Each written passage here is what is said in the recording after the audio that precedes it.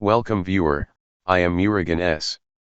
This video tutorial describes keyboard making clicking noise and not typing in Windows fix. First method is click Start, Settings, click Accessibility, click Keyboard.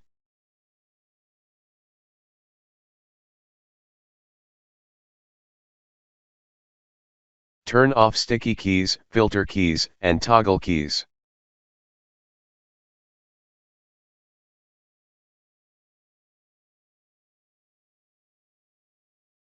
Second method is update keyboard driver.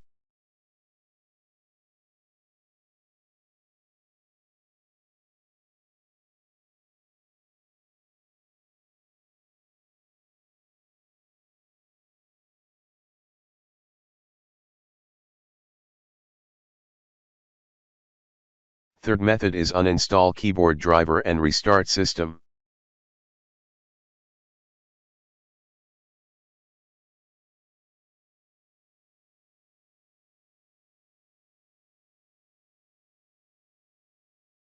I hope this video tutorial helps to you. Please like, share and don't forget to subscribe my channel. Thank you very much. See you next video.